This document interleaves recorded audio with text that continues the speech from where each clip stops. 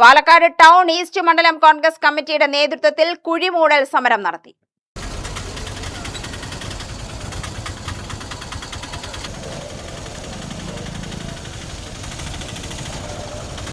പാലക്കാട് നഗരസഭയുടെ അധീനതയിലുള്ള റോഡുകൾ സഞ്ചാരയോഗ്യമല്ലാത്തതിൽ പ്രതിഷേധിച്ച് പാലക്കാട് ടൗൺ ഈസ്റ്റ് മണ്ഡലം കോൺഗ്രസ് കമ്മിറ്റിയുടെ നേതൃത്വത്തിൽ സ്റ്റേഡിയം ബസ് സ്റ്റാൻഡിനു സമീപം സപ്ലൈകോ ഓഫീസിനു മുന്നിലെ റോഡിലെ കുഴികൾ അടച്ച് പ്രതിഷേധിച്ചു. പ്രതിഷേധ സമരം KPCC ജനറൽ സെക്രട്ടറി C. ചന്ദ്രൻ ഉദ്ഘാടനം ചെയ്തു.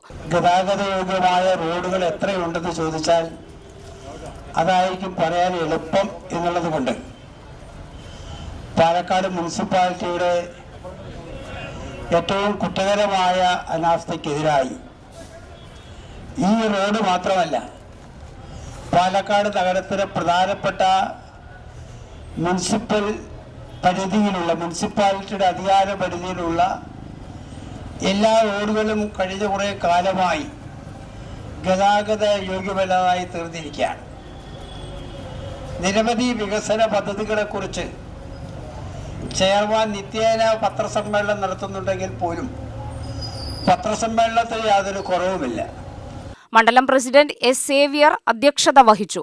Block Congress president CV. Satheesh, UDF നിയോജക മണ്ഡലം ചെയർമാൻ സുധാകരൻ പ്ലാക്കാട്ട്, സൗത്ത് മണ്ഡലം പ്രസിഡന്റ് SM. താഹ, നേതാക്കളായ A. Krishnan, Haridas Machingal, S. കുപ്പേലൻ, H. Mubarak എന്നിവർ പ്രസംഗിച്ചു. UTV news, Palakkad.